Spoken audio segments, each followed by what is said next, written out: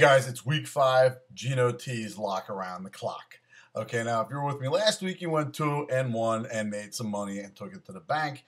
And that's what we're going to do this week, 2-1 being the worst case scenario. You know what I'm saying? Because Gino T is getting hot. Week 5 lock, your 1 o'clock lock.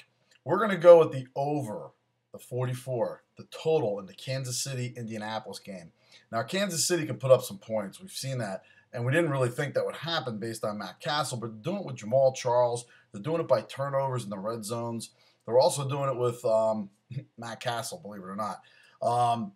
They're putting up some great scoring, and it's got to be because of the additions of Romeo Crennel, obviously, on the defensive side, and the fat piece of crap that could not make Notre Dame work, Charlie Weiss, on the other side. The man was one cheeseburger away from exploding, let's face it, okay? We saw those pants. Now, the 44 should be good because I'll tell you why. Kansas City is going to definitely put up some points, like I said, at least 3 to 4 touchdowns. We've seen how Indy can block the run, okay? We see how well they did against Arian Foster. Indianapolis, on the other hand, this week should be able to put up some points at home. Kansas City's defense is not that good. They did well against San Fran last week, but San Fran does not have Peyton Manning. And Peyton Manning is not going to lose a second game in a row. Gino T told you that a few weeks ago. He went in and smashed the Giants at home. Same kind of situation, same kind of scenario. They need to win. Take the over. Look for Indianapolis to score at least 25 to 30 points, somewhere in that range. A couple field goals, a couple touchdowns. 4 o'clock lock of the day. Well, the 4 o'clock lock. We're going to go with the New Orleans Saints laying the 7 to Arizona. Let's look at it from this way. Arizona can't stop the pass. They're pretty bad against the pass. What does New Orleans do? They pass. They pass to everybody on that team. They don't have much of a running game with Pierre Thomas and Reggie Bush out. They can look to shoulder the load on Drew Brees, who does have a leg brace, and that Madden curse is going to come into effect before the end of the year, so you fantasy people trade him while his value is high. Anyway, look for this week for New Orleans to light it up through the air. Lay the 7. Arizona's on the road. They're not that good of a team. Let's put it this way. Teams have been able to pass on them, and that's what New Orleans does the best.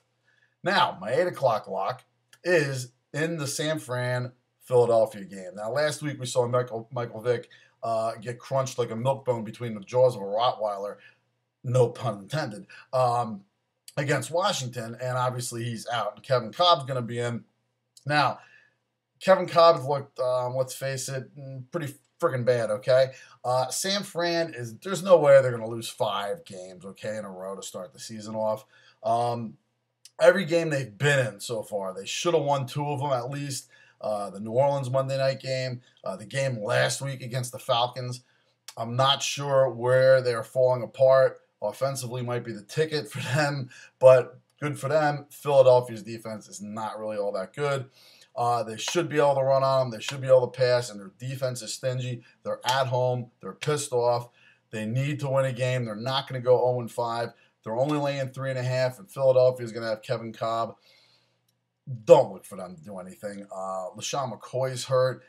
Defensively, like I said, they're letting up some points, and San Fran's at home. I think Mike Singletary went up their asses this week and did K-turns, and let's face it, without Vic, they're just going to dog it. Listen, Gino T is going to give you one more bonus pick, and the only reason he's doing it is because it's a matchup within the division, and it's a matchup between my beloved Raiders and the San Diego Chargers. Okay, now, Oakland's at home, San Diego on the road, giving 6 to the Raiders in the black hole. Now, let's put it this way. San Diego's been horrible on the road. Oakland is playing at home, and to be honest with you, 6 points is a lot for them to be getting, as bad as they are. They're going to turn it around. Michael Bush is coming into the scene this week. Let's put it this way. Gradkowski has not lost them a game. We could have went a couple games more had Janikowski been able to produce a field goal and our defense to produce some sort of pass rush.